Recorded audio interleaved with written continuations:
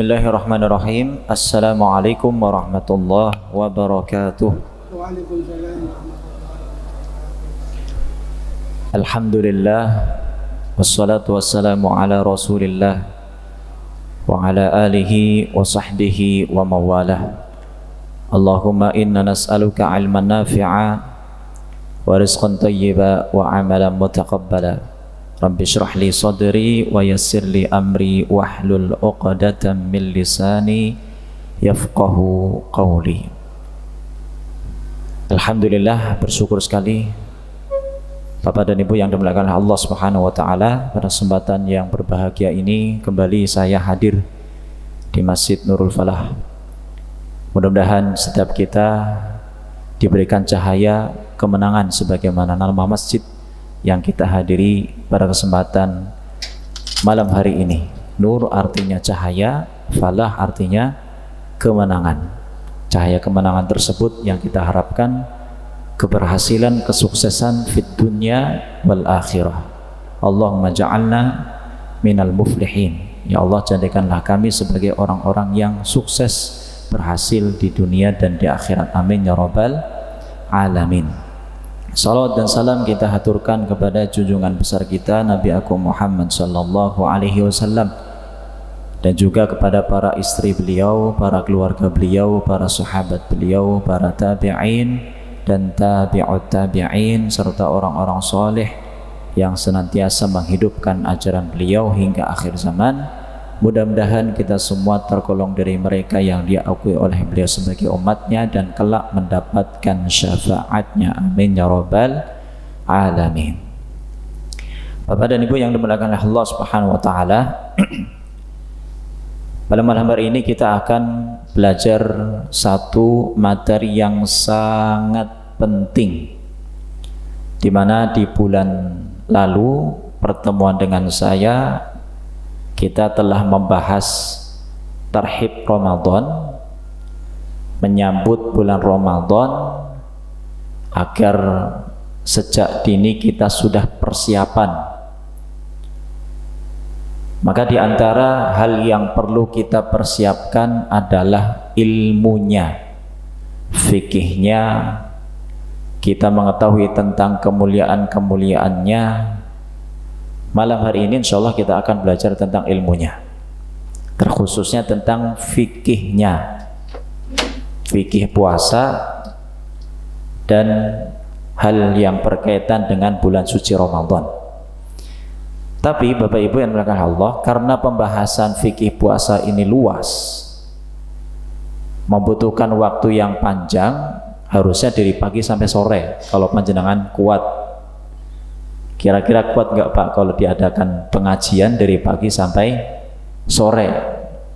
Ini saya bawakan buku fikih yang berjudul Sahih Fiqhus Sunnah wa Adillatuhu wa Tawdih Madzahibil A'immah.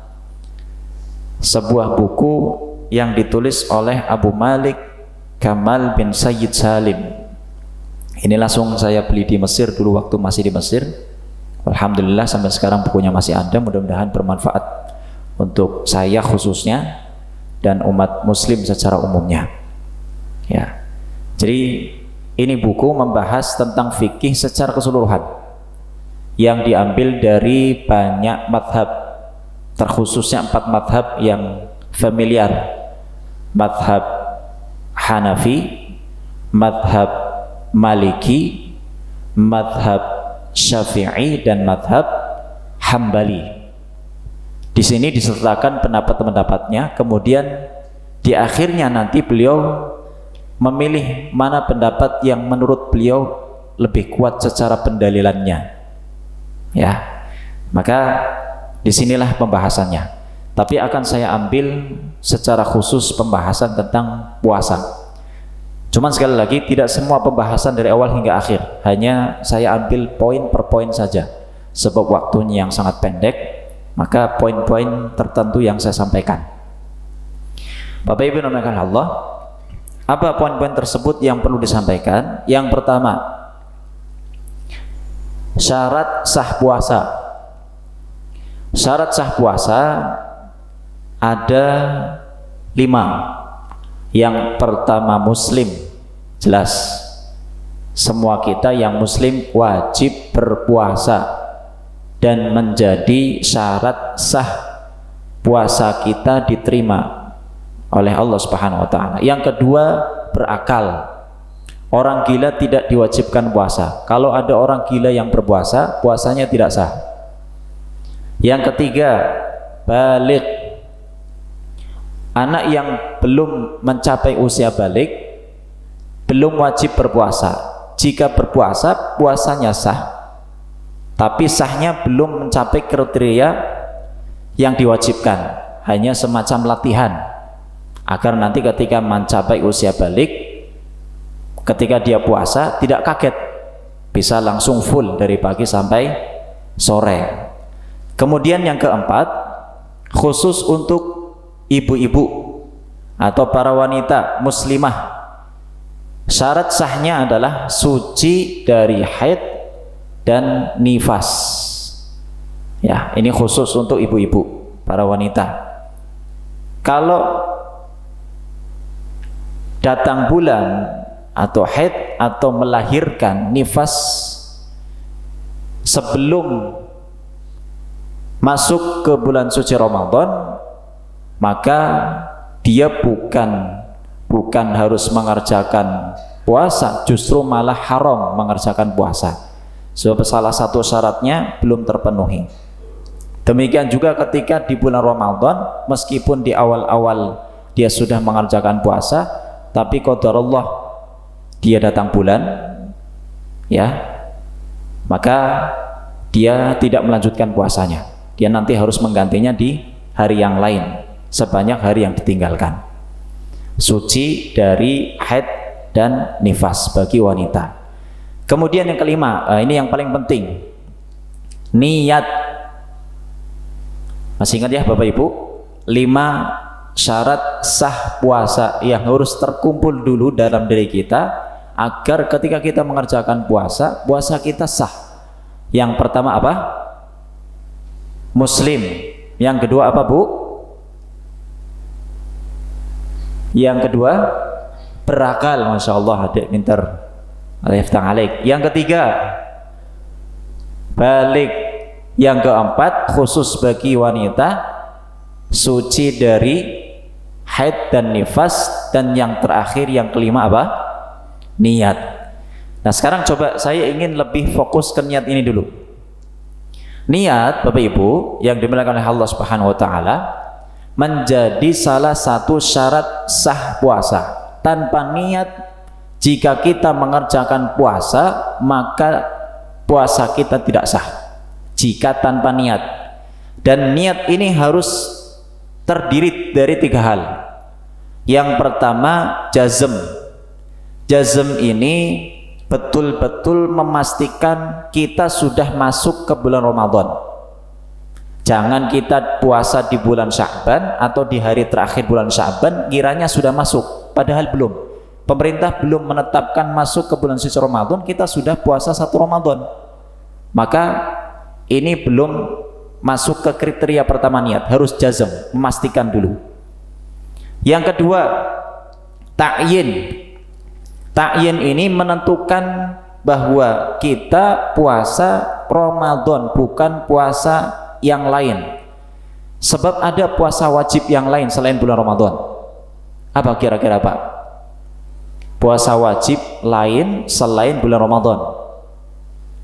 Puasa nazar. Ada di antara kita yang bernazar, di antara hal yang kita mewajibkan untuk melakukannya adalah puasa. Maka puasa tersebut dinamakan puasa nazar. Hukumnya wajib kita melakukan puasa tersebut. Tentunya di luar bulan Ramadan.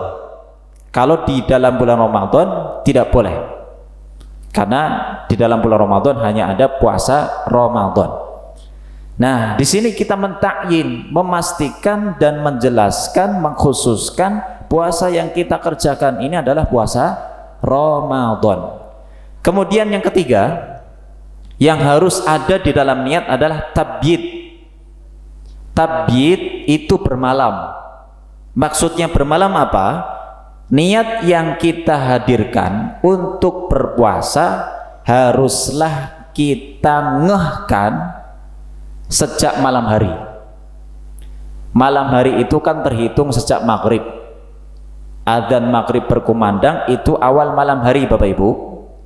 Akhir malam itu terhitung adzan subuh berkumandang. Interval itu antara maghrib sampai subuh kita harus memiliki azam, memiliki himmah, memiliki niat bahwa esok hari nanti saya akan puasa. Hal yang seperti ini jangan diremehkan Bapak Ibu. Menghadirkan niat untuk puasa esok hari jangan dianggap remeh. Sebab kalau kita ketiduran misalkan setelah sholat taraweh, qadarullah sebelum sholat taraweh kita belum menghadirkan niat untuk esok hari bahwa kita akan puasa, dan qadarullah kita bangunnya terlambat, adzan subuh baru bangun. Adzan subuh baru bangun maksudnya kita baru sadar, oh saya harusnya sudah puasa nih pagi ini, tapi tadi malam belum niat. Maka ketika kita puasa hari itu, puasa kita tidak sah sebab kita belum menghadirkan niat di malam hari. Nah biasanya di kampung-kampung termasuk mungkin masjid ini, setelah sholat tarawih itu diingatkan oleh imam, oleh Bilal dengan lafadz niat, nawaitu shauma ghadin an ada'i fardhi syahri ramadhana hadhihi sanati illahi ta'ala. Meskipun menghadirkan niat dengan cara melafadzkan lafadz niat seperti itu bukan satu hal yang wajib, ya, bukan satu hal yang wajib.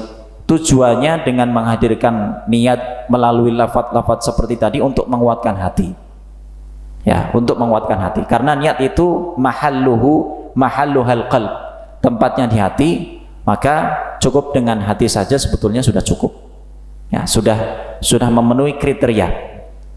Nah, kalau kita di malam hari belum menghadirkan niat, kemudian alhamdulillahnya jam 3 bangun untuk makan sahur, sebelum subuh kita bangun untuk makan sahur.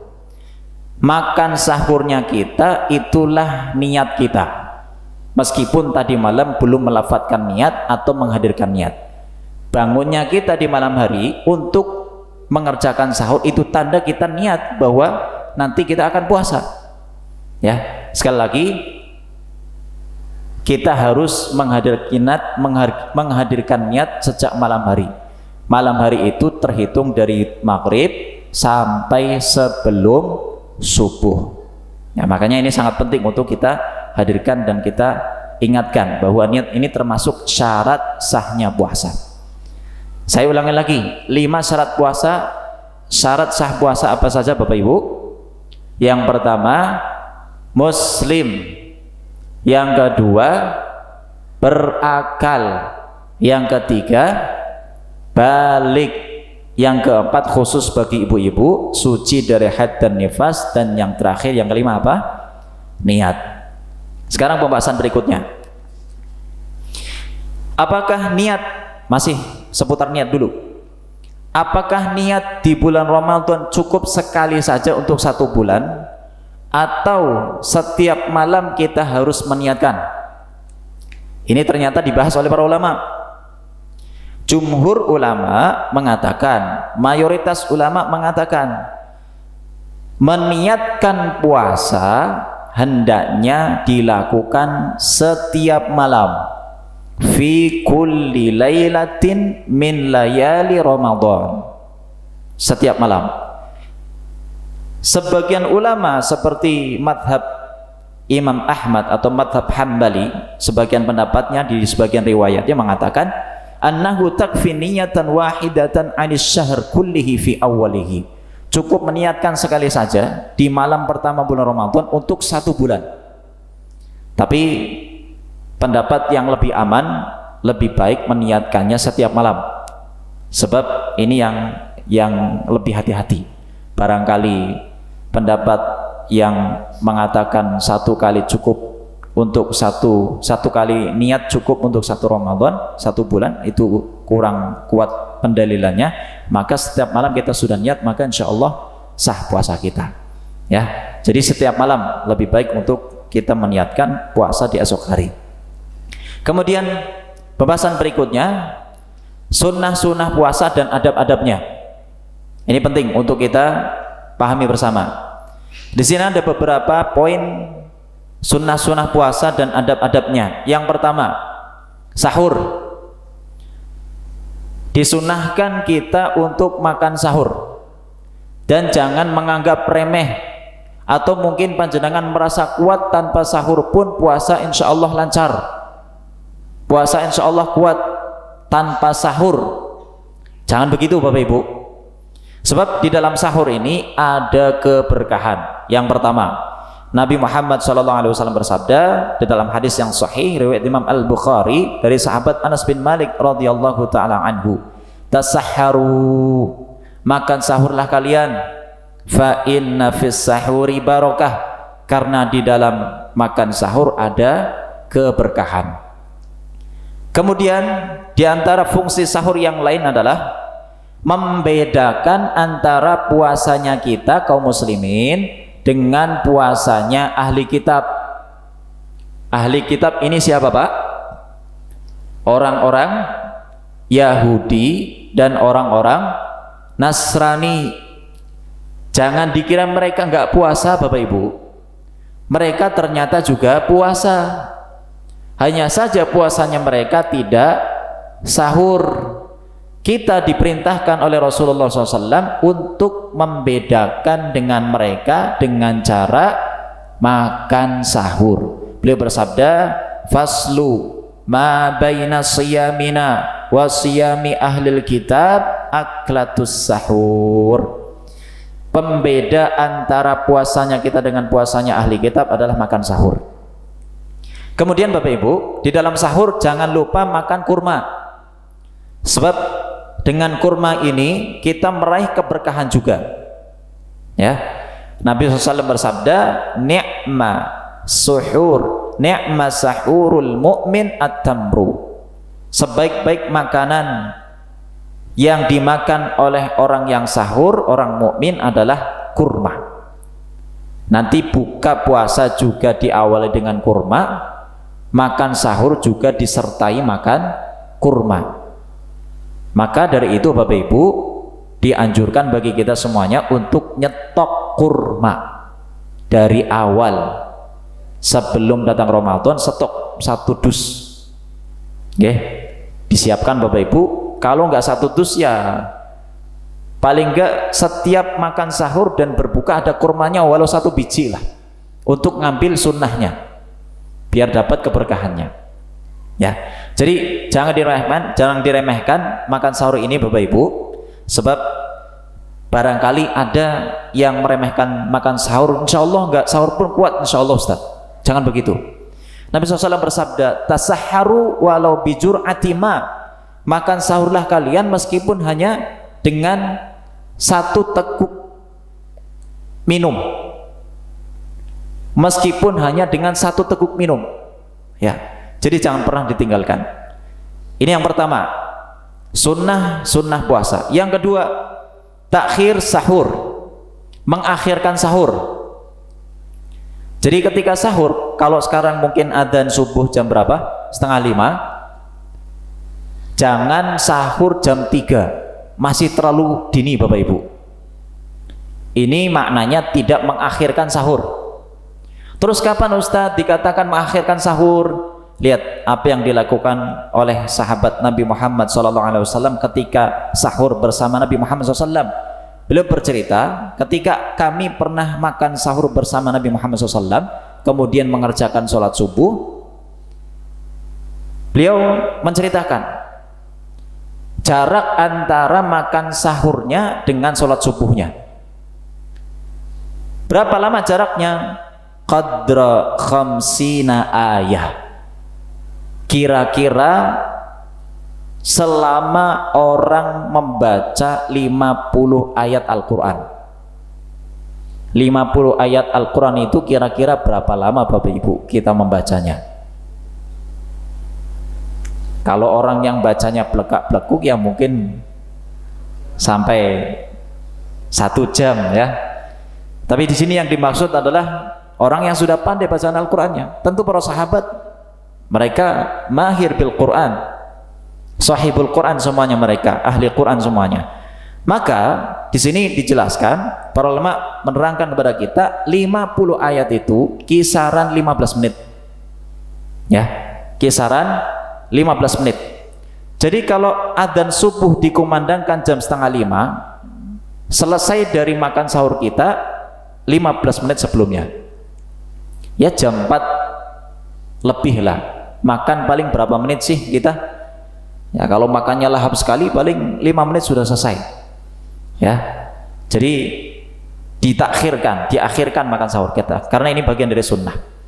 Kemudian Bapak Ibu, yang ketiga, sunnah puasa adalah ta'jil al-iftar, mensegerakan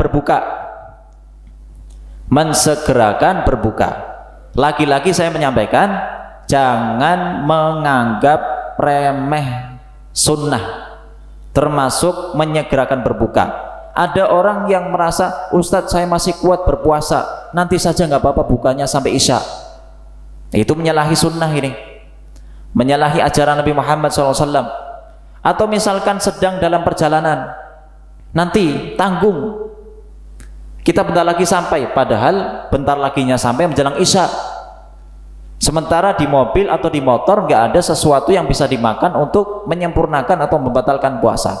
Lebih baik berhenti, berbuka dulu, walau hanya dengan 1 teguk air, ya, bukan dengan nelen ludah, karena nelen ludah bukan membatalkan puasa. Jangan sampai ada anggapan di antara kita nelen ludah ini membatalkan puasa. Ini tanda bahwa orang tersebut belum memahami fikih. Sesuatu yang berada di dalam tubuh kita, ludah atau mohon maaf ingus kalau panjenengan doyan, ya, panjenengan telan, itu tidak membatalkan puasa. Orang seperti ini insya Allah kalau sudah belajar ilmunya, dia nggak khawatir. Terkadang ada orang seperti itu Pak ya, karena mungkin merasa malu untuk membuang ingusnya, terus diserot gampang akhirnya gitu ditelan. Mohon maaf ini, tapi itu tidak membatalkan puasa. Ditekankan ini, saya menekankan tidak membatalkan puasa. Yang membatalkan puasa itu sesuatu dari luar masuk ke dalam perut kita, ya, turun dari luar masuk ke dalam tubuh kita, itu yang membatalkan puasa. Termasuk suntik Bapak Ibu, ya, meskipun ini pembahasannya ada pembahasan khusus ya. Suntiknya ini berupa suntikan apa dulu? Kalau suntikan yang menyegarkan tubuh, menguatkan badan, maka puasanya batal. Tapi kalau suntik hanya suntik-suntik biasa yang efeknya tidak sampai menyegarkan tubuh, menguatkan tubuh, hal itu tidak membatalkan puasa. Tapi untuk kehati-hatian, namanya sesuatu dari luar masuk ke dalam tubuh kita, maka secara kaidah hal tersebut membatalkan puasa. Kalau dari luar, kalau dari dalam tubuh kita kemudian kita telan, contoh seperti ludah tadi, maka tidak membatalkan puasa. Yang ketiga tadi apa? Menyegerakan berbuka puasa. Kemudian yang keempat, memulai berbuka puasanya kita dengan makan kurma. Ya, sekali lagi saya sampaikan, stoklah kurma dari awal bulan Ramadan. Kalau ada roten, kalau ada molen, kalau ada teh, ada kolak, ada apa lagi Bapak Ibu? Semua makanan yang dihidangkan oleh istri kita, ibu kita, orang tua kita, atau kita sendiri yang menghidangkan, mulailah makan kurma terlebih dahulu untuk ngambil sunnahnya. Setelah makan kurma 1 biji, panjenengan mau ngambil apapun terserah, ya. Ini berdasarkan contoh dari Nabi Muhammad sallallahu alaihi wasallam. Kalau tidak ada kurma, ya, kalau tidak ada kurma, maka minumlah air putih. Air, bukan teh, bukan. Sebab teh itu bukan air. Teh itu sudah menjadi nama tersendiri, teh. Kalau air, ya air putih. Ya, air putih yang biasa kita minum setiap hari. Bukan kopi juga. Kopi sudah tidak menjadi air, tapi nama tersendiri. Kopi, teh, sirup, apalagi semua yang sudah berubah namanya dari air, meskipun bentuknya air, ya, teh kan itu air, tapi namanya bukan air, tapi teh, susu juga, itu tidak termasuk dari yang disebut dengan air. Jadi urutannya kita makan kurma dulu. Kalau nggak ada kurma, silahkan minum air. Atau kalau pengen kita lebih sunnah lagi, di situ ada kurma, ada air, maka kurma dulu yang diminum, kemudian air, baru makanan yang lain yang ada di situ yang sudah dihidangkan. Ya, jadi ini sunnah yang keberapa? Keempat. Saya ulangi lagi. Yang pertama sunnah puasa apa Bapak Ibu? Sahur. Yang kedua, mengakhirkan sahur. Yang ketiga, menyegerakan berbuka. Yang keempat, mengawali makan berbuka dengan kurma, ya, dan lain sebagainya. Ini waktunya ternyata cepat sekali, pembahasan padahal masih banyak. Saya langsung masuk ke pembahasan yang lain, yaitu hal-hal yang membatalkan puasa. Hal-hal yang membatalkan puasa ini yang wajib diqadha ada dua, berarti yang wajib diqadha dan yang kedua wajib diqadha sekaligus ada kafaratnya, ada dendanya. Sekali lagi, hal-hal yang membatalkan puasa terbagi menjadi dua. Satu, yang wajib diqadha, diganti, dan yang kedua wajib diqadha sekaligus ada dendanya atau yang disebut dengan kafarat. Apa saja? Yang pertama ini yang wajib diqadha saja, tentu makan dan minum dengan sengaja. Malam ini Bapak Ibu, panjenengan alhamdulillah makan dan minum dengan nyaman. Nanti di siang hari saat puasa semua ini menjadi haram. Betul ya? Haram. Saat ini halal, besok juga masih halal, tapi nanti hari Sabtu kalau ditetapkan masuk ke bulan suci Ramadan, saat itu kita diharamkan makan dan minum karena kita diwajibkan puasa. Kalau ada yang makan dan minum dengan sengaja karena lapar, saya nggak tahan, atau meremehkan, maka jelas puasanya batal. Lain lagi kalau ada orang yang makan dan minum karena lupa, ini beda. Kalau lupa tidak membatalkan puasa, justru disitulah sebagai bentuk rizki yang Allah Subhanahu wa Ta'ala berikan. Nabi Muhammad sallallahu alaihi wasallam bersabda, man nasiya wa huwa shaimun fa akala aw syariba falyatimma shaumahu. Barang siapa yang lupa padahal dia sedang berpuasa, kemudian dia makan atau minum, maka hendaknya dia melanjutkan puasanya. Setelah diingatkan loh, padahal setelah diingatkan, Pak kamu nggak puasa? Oh iya saya lupa. Mas kamu nggak puasa? Oh iya saya puasa, padahal saya puasa, saya lupa. Tapi jangan dilanjutkan setelah diingatkan dengan, oh ini tanggung, dilanjutkan dulu, habisin. Jangan begitu, itu namanya keterlaluan. Nah, jika sudah diingatkan kemudian panjenengan lanjut lanjut makannya, maka puasa panjenengan batal. Tapi kalau sudah diingatkan kemudian panjenengan nggak melanjutkan makannya, maka dilanjutkan puasanya, masih sah. Ya, tidak diingatkan tapi kita sadar sendiri, oh iya saya puasa ya, kok makan sih, langsung diberhentikan, lanjutkan puasanya, masih sah sampai selesai. Ya, fa innama at'amahu Allahu wa saqahu, karena sesungguhnya orang yang lupa Allah sedang memberikan kepadanya makan dan Allah sedang memberikan kepadanya minum. Jadi yang membatalkan puasa adalah makan dan minum dengan sengaja. Dengan sengaja. Dia harus mengqadha puasanya di hari yang lain. Dia saat itu batal karena sengaja makan, tapi tidak boleh lanjut makan sampai selesai, sampai sore Bapak Ibu. Yang perlu kita garis bawahi, jika membatalkan puasa dengan makan dan minum dengan sengaja, maka saat itu ketika kita makan, misalkan duhur kita makan sampai sore, kita tidak diperbolehkan puasa dan puasa kita tidak sah. Kita harus mengulangi puasanya di hari yang lain. Ya, ini yang pertama. Yang kedua, muntah dengan sengaja, ta'ammudul qai'. Ada di antara kita yang pernah memuntahkan dengan sengaja? Memuntahkan makanan dengan sengaja? Bagaimana caranya?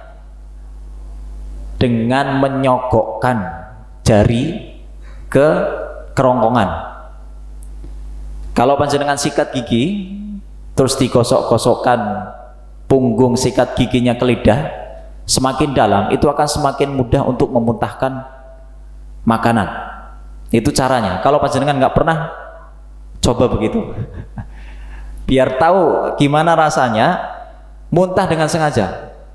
Meskipun kalau sudah mulai memblukok gitu ya, ditahan bisa. Tapi kalau sampai keluar makanan yang ada di dalam perut kita, sementara kita saat itu sedang dalam keadaan berpuasa, puasa kita batal. Beda lagi kalau tidak sengaja, misal karena ada bau yang sangat nyengat, bau yang tidak sedap, menjadikan kita muntah, dan kita saat itu sedang berpuasa, maka puasa kita tidak batal. Yang kedua. Yang ketiga, haid dan nifas, jelas bagi wanita. Ya. Yang keempat, pembatal puasa yang keempat adalah ta'ammudul istimna. Mohon maaf, ini agak tabu. Menyengaja onani. Mohon maaf, ini kurang sopan bahasanya mungkin ya. Tapi al istimna, ya begitulah bahasanya. Jangankan puasa, di luar puasa termasuk maksiat, dosa. Maka di dalam puasa jika dilakukan oleh seseorang, maka puasanya batal. Dia harus mengqadhanya di hari selain bulan Ramadan. Kemudian yang berikutnya, yang membatalkan puasa adalah niyatul iftar. Niyatul iftar itu niat membatalkan puasa. Baru niat Bapak Ibu akan membatalkan puasa, sementara kita belum makan, saat itu juga puasa kita sudah batal. Ya, sebagaimana niat merupakan syarat sah solat, syarat sah puasa, maka ketika ada orang yang meniatkan untuk membatalkan puasa, puasanya sudah batal dulu meskipun belum makan. Ya, hati-hati ini soal niat Bapak Ibu, jangan main-main, Kemudian berikutnya, yang keberapa berarti ini? Yang berikutnya adalah riddah. Riddah ini murtad. Jangankan puasa, seluruh amal perbuatannya gugur, batal. Hati-hati dengan agama, kita harus istiqomah di atas agama Islam yang dibawa oleh Rasulullah Sallallahu Alaihi Wasallam. Nah, Bapak Ibu, jika ada orang yang murtad kemudian masuk Islam lagi, dia masih punya tanggungan puasa, maka dia harus mengqadhanya ketika sudah Muslim lagi. Ya, tapi insya Allah mudah-mudahan kita semua terjagalah dengan lingkungan yang baik, dengan keluarga yang baik, selalu hadir di pengajian, di majelis-majelis taklim. Insya Allah keislaman kita terjaga. Nah, semua ini Bapak Ibu adalah pembatal puasa yang mengharuskan qadha, diganti puasanya di hari yang lain tanpa ada kafarat, tanpa ada denda. Adapun pembatal puasa yang mewajibkan qadha dan ada kafaratnya adalah cuman satu, yaitu bagi suami istri yang sudah sah sementara dia melakukan hubungan suami istri di siang hari. Misal ada pengantin baru, melangsungkan akad nikahnya bulan Sya'ban, tanggal 28 Sya'ban. Ini belum lama kemarin saya menghadiri walimahan Bapak Ibu, nikahan teman saya. Nggak tahu kenapa memilih akad nikahnya di bulan Sya'ban, padahal itu mengkhawatirkan sebetulnya. Tapi insya Allah kalau bisa menjaga nggak apa-apa. Mungkin salah satu alasannya biar nanti Ramadan tarawihnya bareng, nah, kemudian Lebaran sudah ada gandengannya, begitu alasannya mungkin. Tapi di satu sisi itu sebetulnya mengkhawatirkan. Ya namanya pengantin baru, ya, seperti panjenengan semuanya kan pengantin baru Pak ya. Betul Pak? Apa sudah lawas Bu? Udah lama tapi rasa baru kan, Masya Allah, harus baru terus Bapak Ibu. Kalau ada suami istri yang qadarullah gak kuat di siang hari melakukan hubungan suami istri, maka bukan hanya mengganti karena batal puasanya, dia harus mengganti di hari yang lain, tapi ada tambahan hukuman yaitu denda, kafarat. Apa kafaratnya? Kafaratnya dia harus memerdekakan budak sementara hari ini nggak ada. Maka opsi yang kedua adalah dia harus berpuasa selama 2 bulan berturut-turut. 1 hari saja nggak kuat, apalagi dua bulan. Nah, padahal 2 bulan ini Bapak Ibu harus urut. Misal baru 1 pekan dia melanggar dan batal puasanya, maka harus ngulang hitungan dari awal. Harus begitu. Ya. Kemudian kalau misalkan ini nggak kuat, tapi betul-betul harus dijalani dulu. Kalau nggak bisa, maka dia harus memberikan makan kepada 60 orang miskin. Tapi opsi yang kedua tadi harus dicoba dulu. Kalau betul-betul berkali-kali mencoba nggak bisa, baru opsi yang ketiga yang dipilih. Jadi hati-hati Bapak Ibu, ini pembatal puasa yang bukan hanya harus mengqadha, tapi sekaligus ada kafaratnya. Aduh, bentar lagi nih Bapak Ibu. Berapa menit lagi? 6 menit lagi. Saya langsung ke zakat fitrah aja ya. Ini masih ada pembahasan, masih banyak sebetulnya. Oh ya, 1 poin lagi.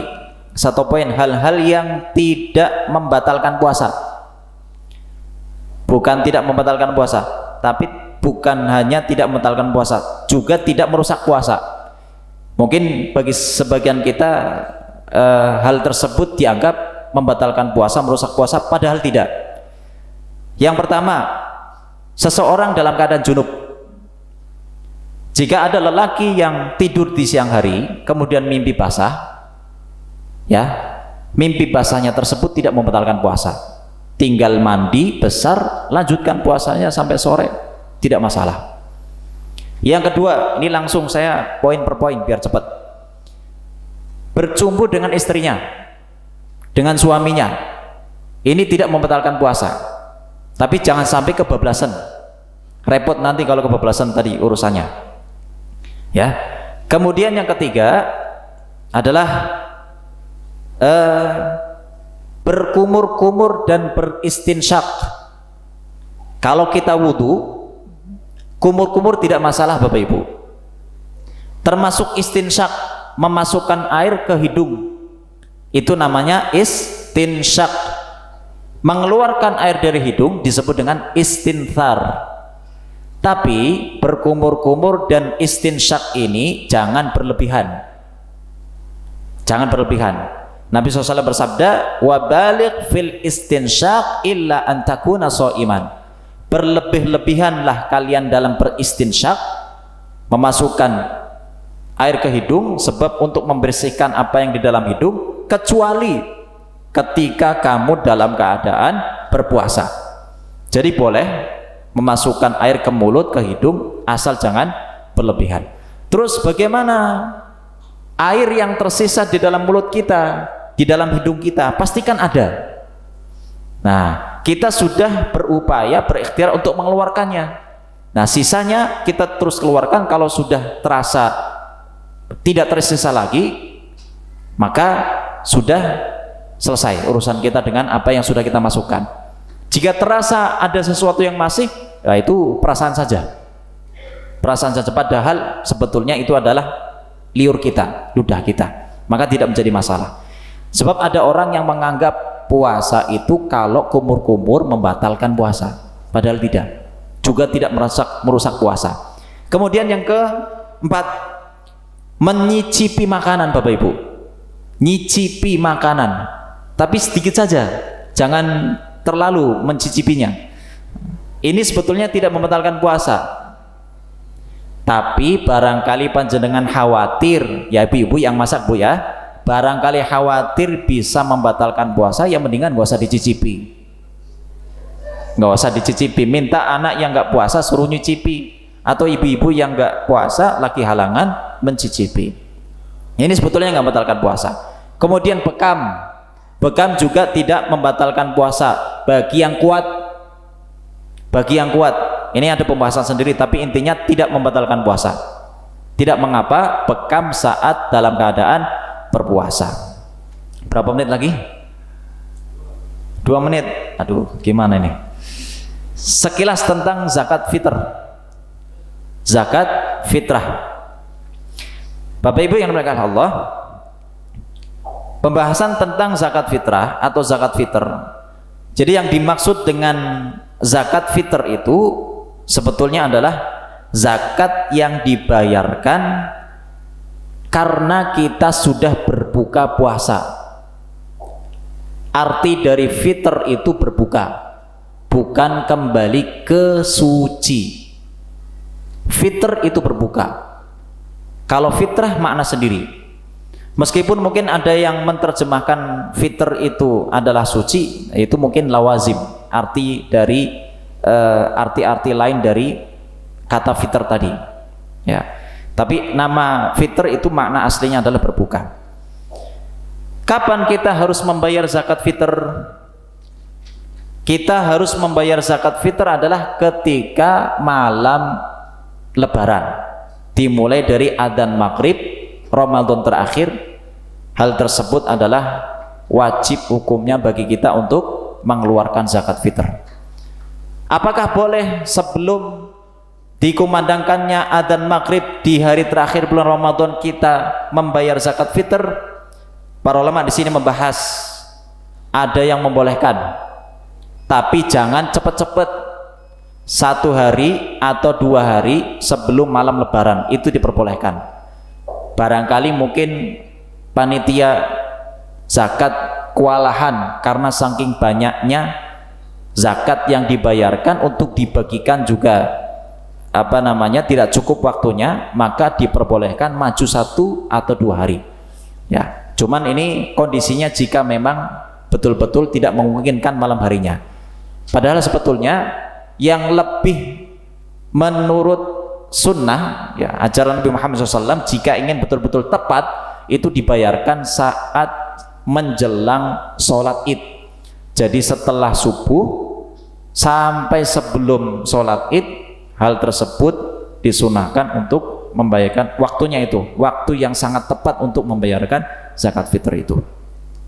Dan pendapat yang lebih kuat menurut saya, bentuk zakat fitr itu adalah makanan pokok, bukan uang. Meskipun ada sebagian ulama yang mengatakan boleh uang, tapi sebagaimana hadisnya secara teks nas itu menyatakan zakatnya berupa makanan pokok. Farada Rasulullah SAW zakat al-fitr sa'an min tamr atau sa'an min syair. Nabi SAW mewajibkan zakat fitr berupa kurma sebanyak 1 sok. 1 sok ini kalau di ukuran kita 2,5 kilo, atau mau dibulatkan sampai 3 kilo lebih aman. Ya, sebab khilaf di kalangan para ulama mana yang lebih tepat, 2,5 atau 2,7 atau berapa, tapi paling sedikit 2,5, lebih amannya sampai 3 kilo ya. Dan di sini disebutkan makanan-makanan pokok, makanya di sini para ulama menyimpulkan tergantung negara mana makanan pokoknya apa, disitulah yang dibayarkan menjadi bahan zakat fitr. Nah, saya kira itu saja Bapak Ibu yang dapat saya sampaikan. Sebetulnya materi masih banyak, dan kalau panjenengan berkenan bisa dilanjutkan nanti habis isya, tapi pemateriannya Pak Imam, jangan saya yang lain saja ya. Bisa dilanjutkan di kajian-kajian yang lain. Insya Allah nanti di bulan Ramadan banyak sekali fikih-fikih yang disampaikan oleh para mubalik, dan di media-media yang lain seperti YouTube, kemudian Instagram atau apapun itulah, bisa kita simak kajian-kajian tentang ilmunya. Mudah-mudahan yang sekilas ini, sedikit ini menjadi pecut, pemantik untuk kita lebih dalam, lebih luas memahami fikih tentang bulan Ramadan. Mudah-mudahan kita disampaikan bulan suci Ramadan dan dikuatkan, disehatkan untuk beribadah di dalamnya. Amin ya rabbal alamin. Allahumma balighna Ramadan, Allahumma sallimna Ramadan, wa sallim lana Ramadan, wa tasallamhu minna muttaqabbala. Subhanakallahumma bihamdika asyhadu an la ilaha illa anta astaghfiruka wa atubu ilaik. Wal afu minkum wallahu a'lam bissawab. Assalamualaikum warahmatullahi wabarakatuh.